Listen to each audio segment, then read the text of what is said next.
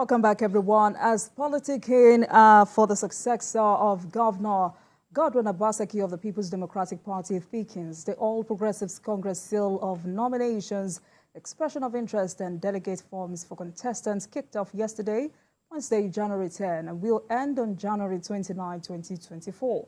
While primary election is slated for February 17, 2024. The APC pegged the price for the expression of interest and nomination forms at 10 million naira and 14 million naira, respectively.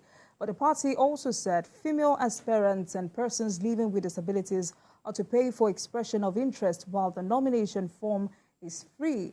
And for the first time in the history of the governorship election in Edo State, the aspirants are over 68 in the three big political parties, the APC, the PDP, and the Labour Party. Joining me tonight for what she intends to do differently in Edo State if she gets the party's ticket and if elected is Victoria Amo, a USA-trained occupational therapist with a master's degree in community health education and a candidate doctoral degree in occupational therapy. She is a member of the APC. Good evening, madam, and thank you so much for joining us on the program. Thank you so much for having me. Right, but before we get right into the interview, let's share this video of you making a case for your election bid. Okay. That's when Comrade Adamson Shomole was in power. They still haven't been able to reach the maximum. It is weird Comrade Adamson Shomole left in getting them borehole and getting water in the whole of Esa. That's where they are now. If you leave that, you go to Edo South. There are so many roads in Edo South that are not passable. They are just not motorable. You will wonder if they have ever been, if there is a governor in Edo State. For you to be a governor, like I always say, it takes the will, you wanting to make sure you deliver service to the people. I want to be the governor of Edo State because I know I am capable, I know I am competent, I know my years of experience.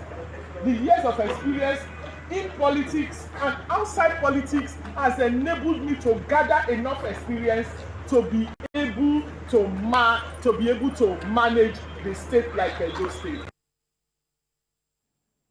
Right, so that's you right there. Thank you for joining us once again. So the sale of nomination forms kicked off yesterday. Have you bought your form? No, not yet. Why not? I'm going to buy my form. When do you intend to buy it? I'm going to buy my form Monday.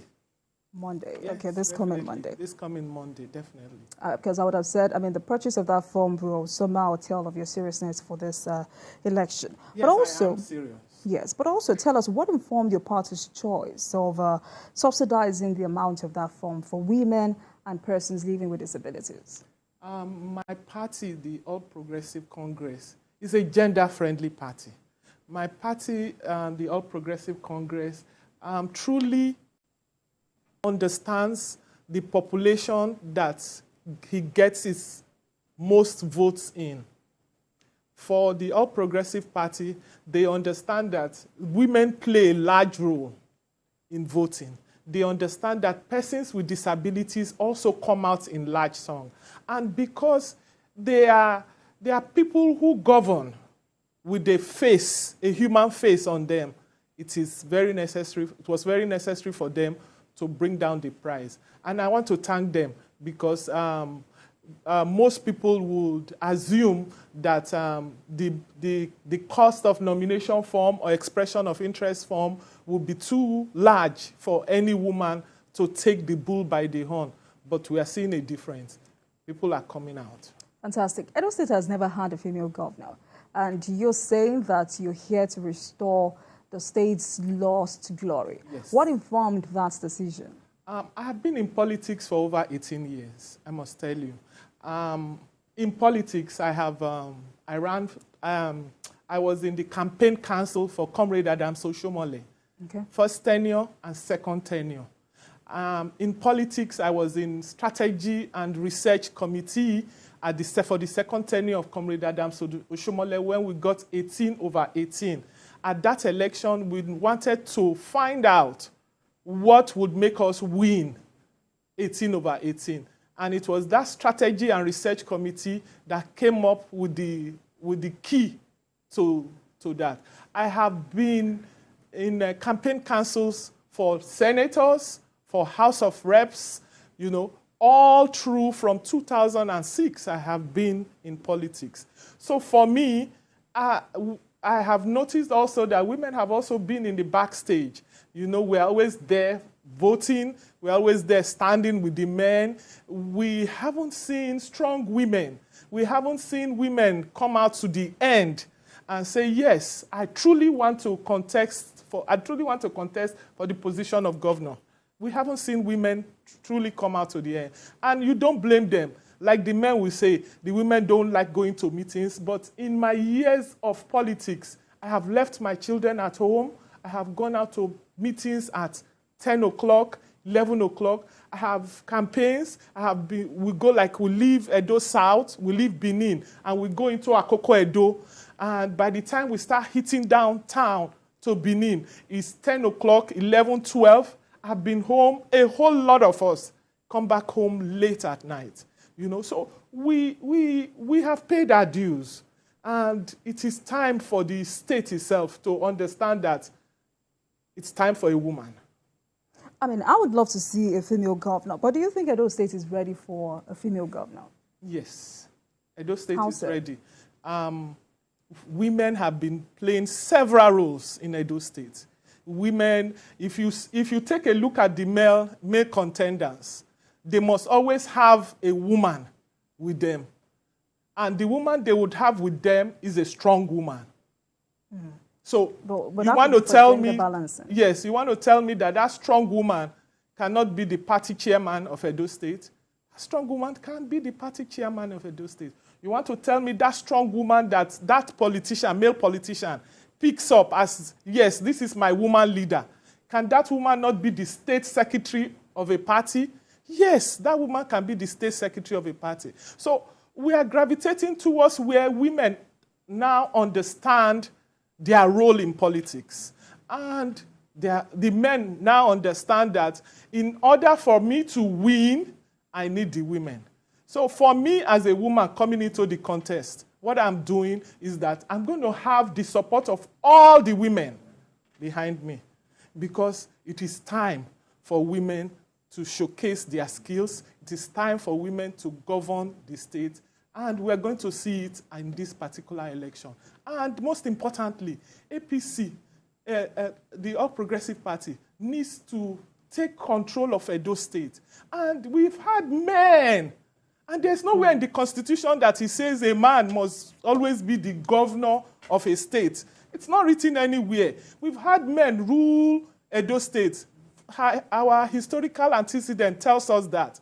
You had General Ugbemudia, you had Lucky Igbenedion, you had Godwin Obaseki from Edo South. You also had from ESA, from the Edo Central, you also had Ambrose Ali, you have Professor Osumbo there. In Edo North, where I come from, there's only one person who has come out as a governor, and that person is my Senator Adams Oshomole, the erudite senator, right. The man who believes in every woman must be at the forefront of every campaign, and every woman is a viable. He was the first person to make a woman a council chairman in Edo State. So that says a lot about who he is and what he believes women can do. Right, so later on we will come back to how women have been relegated to the backseat when it comes to politics and governance. But some moments ago, you highlighted your political experience. But when it comes to public service, what's your experience like? Public service in terms of us getting the power. In terms of governance. Yes. Instead of governance, it's been a source story. And it's not only in Edo State. If you take a poll at the whole of Nigeria, what's the Nigerian population? The Nigerian population... I'm talking about you yes. in particular. Yes. Why? What's your experience when it comes to public service? You're aiming to become the governor of Edo State. What experience do you say you have that will give you that gives you what it takes to be the governor? If I start with my profession, that would be very good. I'm an occupational therapist by profession. And that means that I work in the hospital. That means I rehabilitate persons. That means I have been in that profession for over 20 years. Then secondly, I mentioned to you earlier on that I have been in politics for over 18 years. That means that I have played active politics, which means that I have been able to learn the ropes. I have been able to campaign for candidates. I have been able to understand party rules and regulations. I've been able to understand the essence of having elders and leadership in the party. So if you sum all of those things together, I'm the most viable candidate. And I hope that the other contestants will drop down for me. Well, how popular are you within your party? I asked that question because you've declared your unwavering confidence in securing a landslide victory in this primary election. When you have other bigwigs like Professor Osumbo, Clement Agba, and the rest, what gives you this confidence? How popular are you within your party in Edo State? Very popular. If you come to Edo State and you ask for Victoria Amu, everybody, the name Victoria Amu is synonymous with politics. The name Victoria Amu is synonymous with APC, and the name Victoria Amu is also synonymous with good governance. It's synonymous with the things that I have done for my community, outside my community. We have 3 senatorial areas in Edo State. We have Edo North, we have Edo Central, and we have Edo South. Within Edo South, that has 7 local government areas. I'm a household name, I'm a household face. Within the women folk in those local governments, I'm a household name and a household face. If you move to Esan Central, where you have the Esan West, Esan Southeast, and Uromi and all of those, I'm also a household name because I have gone on several assignments for the leadership of the party in those regions, and I have visited. I have done campaigns for senatorial candidates, House of Rep candidates from those areas, chairmanship candidates from those areas. Then if you go to Edo North is where I come from. That's where I flourish. You know, if you go to the Esakos, I'm also a household name in the Esakos and a household face. You know, amidst women and amidst men. It's so exciting for me, and I'm very humbled because sometimes when I put out a post on my page, somebody just replies me and says, "Madam, you've paid your dues." So that should say a lot. So that's what makes me popular at this time of the game. So you were also hoping that some persons step down for you. Who are those people? My fellow colleagues, contestants. I hope that they will step down for me. Why do you think they should step down for you? Obìnrin ló kàn. It is the turn of a woman. That's interesting. Yes, èmi ló dẹ̀ kàn. All right, that's interesting. So how would you say the people of Edo State have received the idea of your candidacy? With jubilation, everybody is excited. Everybody, it's a welcome, and everybody is asking me, "Are you sure? Are you sure?" When I saw the 18 local government women leaders, I told them, I said, this is an agreement between both of us, all of us here. Are you assuring me that if I bring out this million and buy this vote, you will stand by me? And they all said yes. You know, so I am confident, not because I'm a woman alone, but because of what I'm going to bring into politics. I'm looking outside the box. You know, my development agenda says it all because I timed it back to basics. We are going to use terms. Help us simplify that. Yes, back to basic. We are going to use terms that are workable. We are going to develop Edo State. Remember my slogan is reclaiming Edo for Edo people. We need to have good governance. We need to have good hospitals. We need to sleep with our eyes closed. There needs to be infrastructural development. All our roads are tattered and gone. Our markets needs to be functionable for our women. Our farms needs to be accessible. The issue of security should no longer be at the forefront of the things that you want a governor to do. It should be the things that just comes into place when someone is a governor. So that's what I'm bringing into this game. I'm thinking out of the box. So apart from being confident, apart from being a woman, what makes you different from the average politician in Edo State? I just told you, my uniqueness. My uniqueness, my unique approach to situations. Remember, I'm an occupational therapist. And as an occupational therapist, I've learned the skill to observe, the skill to repair.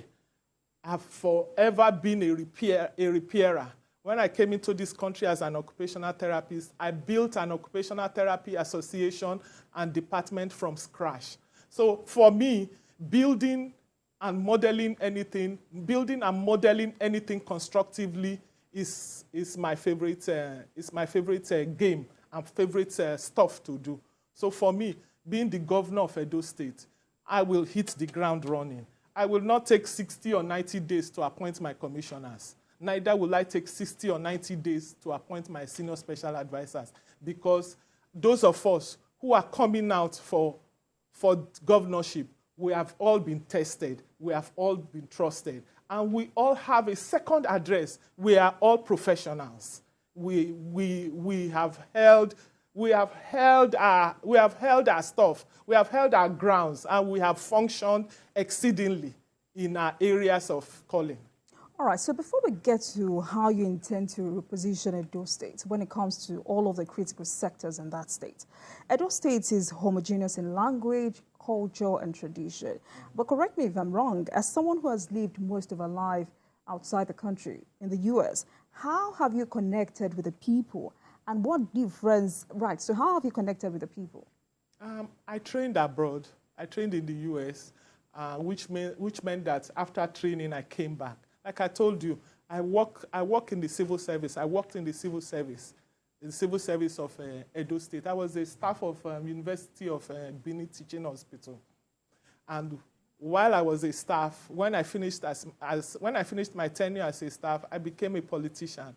I told you that I was a senior special assistant to Comrade Adams Oshomole, former governor, now Senator Adams Oshomole. So I have been able to entrench myself into the system. I'm not coming from nowhere to somewhere.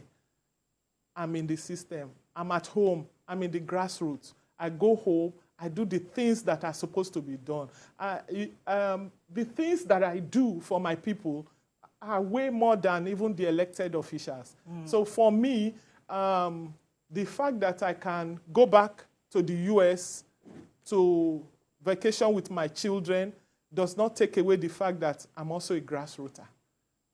And that's who I have been. And for me, to be in politics is to be able to impact your people. That's what politics is for me.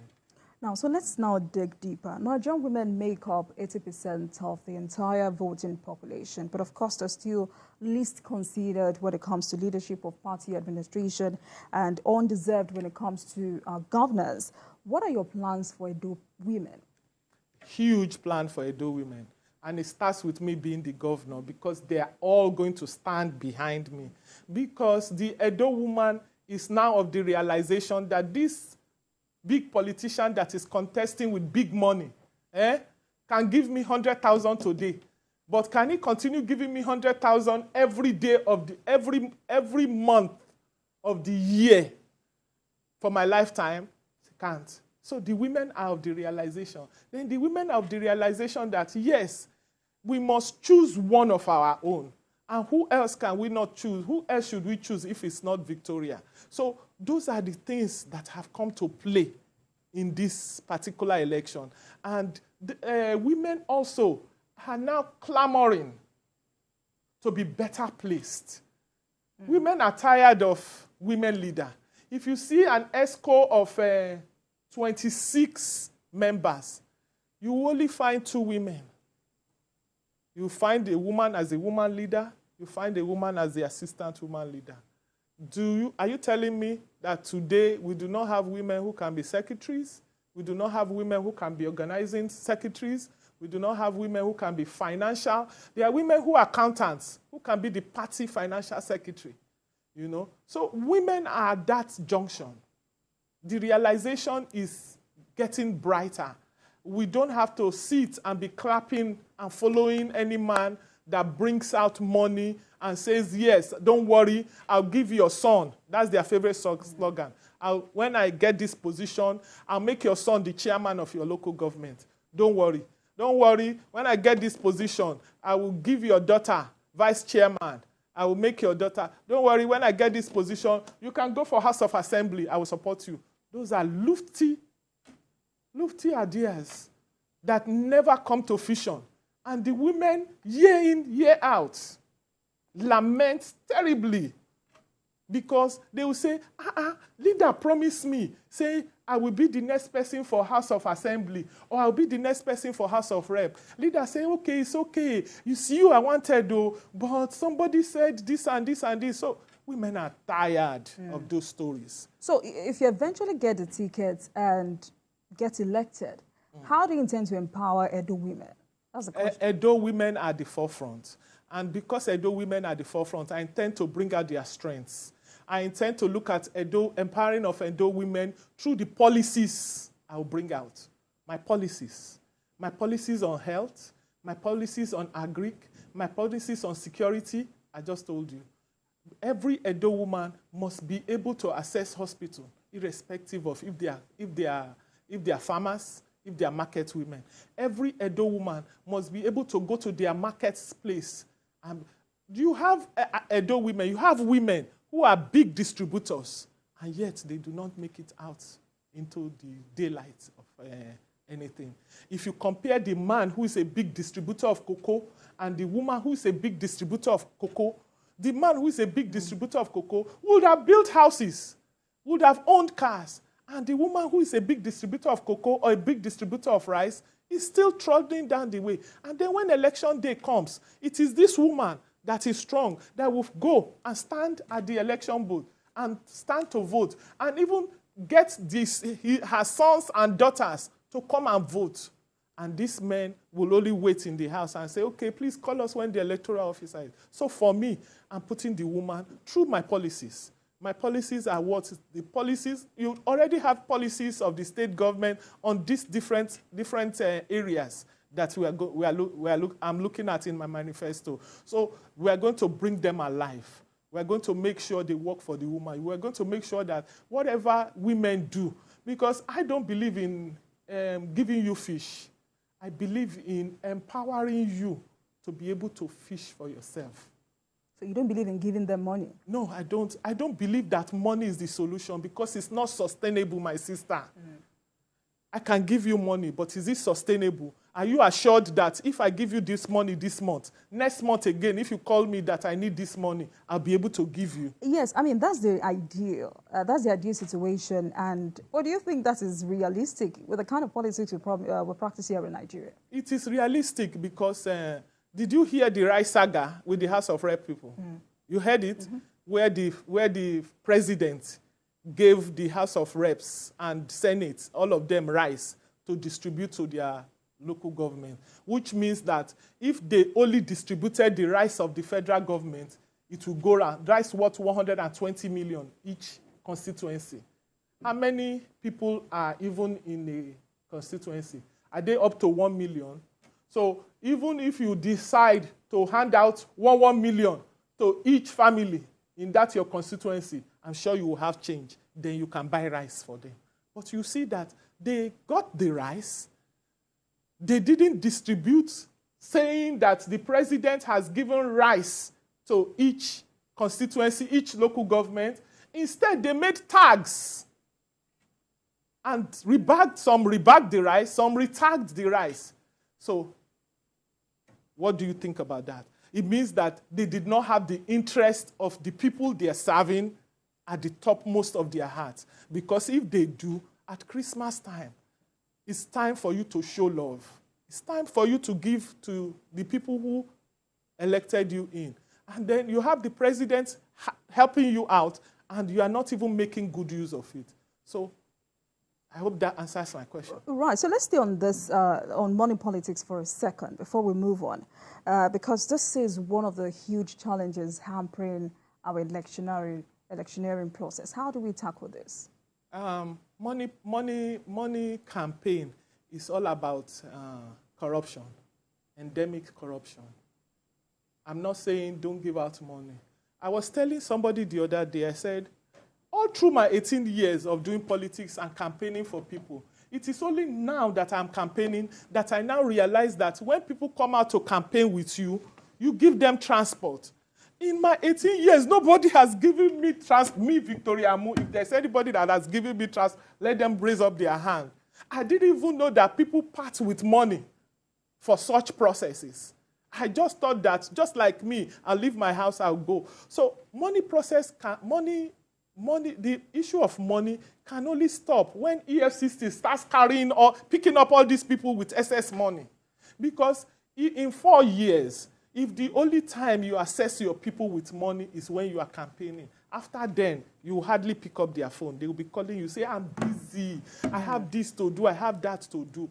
So we must stop that kind of thing. And that goes back to where we started again. We must empower our people to be able to sustain themselves and sustain their household so that money politics will go. And EFCC should start carrying these people, because when you start spreading, when you start sharing money that you don't work for unnecessarily just to have people vote for you, that's wickedness and that's hurtful, because after they vote for you, you will not, do you even know what they do?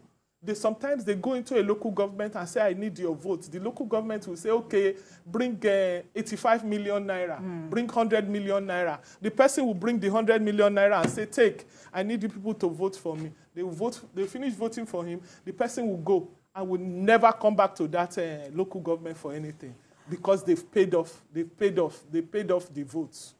So EFCC needs to pick up all those who are wastefully using money for campaign. Money for campaign should be used judiciously. If people come for your campaign, you feel like giving them transport, you give them transport. But you sit down there and get money and send somebody on an errand. Go and stop this person from campaigning. Go and stop this person from coming out. Those kind of people, I think President Tinubu needs to look into money politics. All right. Thank you so much. Let's take a break. Tonight, we're looking at factors that will shape Edo governorship election with one of the governorship aspirants in Edo State, Victoria Amu, as our guest. Let's take a break and I'll be right back. Please stay with us.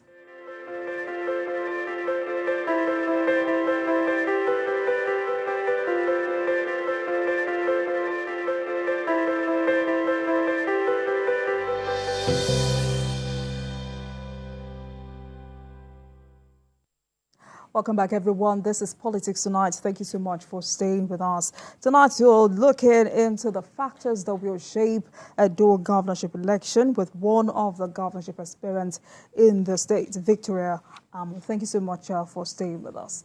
Now, let's get deeper. Most Edo people are farmers, agrarians, right? So how do you intend to nurse the huge potential if you get the tickets and you become the governor? How do you intend to harness the huge potential in that sector? One, for the benefit of the people, and second, for benefits of the people in terms of food security, and second, to boost revenue. A whole lot. That's one of my manifesto, which I put. I'm not going to own farm. The government is not going to own farm, but we are going to put machineries in place that will help farmers. The tractors that are going to be there, the fertilizers, all of those good things. Then we're going to do something we call wealth creation. I'm going to have the products of farmers actually being moved out. As soon as they harvest their product, we'll move it out to the state, we'll buy it off the farmer, we'll move it out to the state and distribute to the markets for it. We're going to do a lot of good things. We're going to move out from just giving fertilizers to farmers. We're going to make sure that the farmers have the money for the time they have put in their farms. Having the money for the time you have put in is what you see now. A cassava farmer, when he harvests his cassava, he brings it home. His wife sits down and starts peeling. We're going to have mechanized stuff coming in. We're going to have equipment. If you look at China now is making gari. They are making gari in small cups. We're going to look at different ways of selling out. Our gari now is in a cup with milk and granules, made from China, not made from Nigeria, that is the highest cassava producer. So we're going to look at those kind of things. And that's where we're going. We're going to look at an agric hub where agric will no longer be a thing of the farmer struggling on the farm. We're going to go technological. We are not owning farms, but we're going to bring in experts. We're going to have public-private partnership. We're going to bring indigenous farmers who have done it. That's why I said my manifesto is back to basics. We're going to bring indigenous farmers who have done it anywhere in the world. We're going to use them to be able to. Remember, the tenure is for 4 years. And in that 4 years, we have to hit the ground running. And we're going to start. We're not starting all of these things I'm saying at the 3rd year when I need a re-election. We're going to start it in the 1st year. So we can hold you by your words. Yes, you can hold me by. Let me also take you up on infrastructure deficits in Edo State. Okay. What are your plans for basic infrastructure? Oh, my God.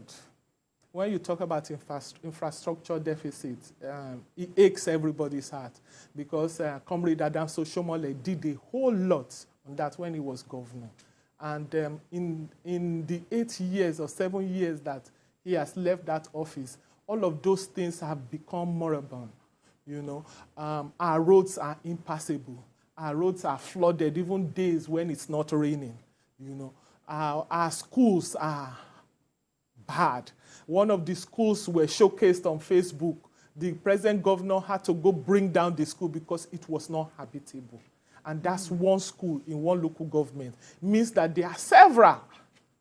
I ran for the first time in 2010, and I was asked to step down for another candidate. So when I stepped down, I joined the campaign team of the candidate the party picked up, and we went into the nooks and crannies of my village. I was hyperventilating because I get to a school, there is no window. I get to a school, there is no door. And you have people sitting on the floor, there is no chair. And everybody was saying, Madam, take it easy. What is the problem? I said... So how do you intend to address that? Yes, I'm going to put into place a couple of things. I'm going to look at... The finances that we have as state government, the policies we have on education, on infrastructural... we're going to put that into place. The policies we have on those infrastructural restructuring, we're going to put it into place, which means that we're going to have exactly what we need to have. If it is to rebuild a school, yes, we are going to rebuild the school. If it's to get teachers to teach, yes, we are going to get more teachers into the system, and we're going to give them consistent training. If the roads are bad, infrastructure, if the roads are bad and we need to do the roads, we're going to get the Ministry of Works. The Ministry of Works, because when I was growing up, it was the Ministry of Works that was actually doing roads, the State Ministry of Works. We're going to get them back to those things. So what I'm going to do differently is I'm going to change what you have now that makes those things not workable. I'm going to make them work. All right. Because they had worked at some point and they are just not working because the policies are there to enable them to work, but the implementers of the policies have refused to make those things work for the people. All right, so 18 years of political experience or thereabout. Who is your political godfather? When you talk about political godfather, you are raising a sawdust because remember, the present governor of Edo State campaigned with no political father, but today he has become no godfather. That's what Governor Baseki campaigned with. Nobody can be a godfather. We don't need a godfather. You must want to contest and want to get it. But he didn't remember that it was Comrade Adams Soshomole who made it possible for him to be governor. He had never done politics before. He did not campaign with any of us. We did not know him in this thing. My leader is Comrade Adams Soshomole, the former governor who gave me 7 years experience as his senior special assistant. All right, so we can say that's Yes. your political godfather. That's my political father, yes. That's my political father. You have him, he gave me the opportunity, and he's a lover of women, the gender population Right. in politics. But each senatorial area has, and each person you speak to have their own godfathers. Right. You know? So I get that. Sadly, we need to wrap up. But as we wrap up tonight in 30 seconds, what is your final message to the people of Edo State and to your party? Because you're hopeful that these men will step down for you. What's your message to them? You all need to vote for me, the women. Remember, we had a bargain that if I come up with the money for the expression of interest form, your agreement was that you were going to stand with me. And the people of Edo, let us do something differently. The people of Nigeria, let us bring in a female governor. Nigeria is ready for a female governor. The percentage of women who have done politics and who have held governance is very low. All right. And I know that with me, this is going to change. Right, thank you so much. Have a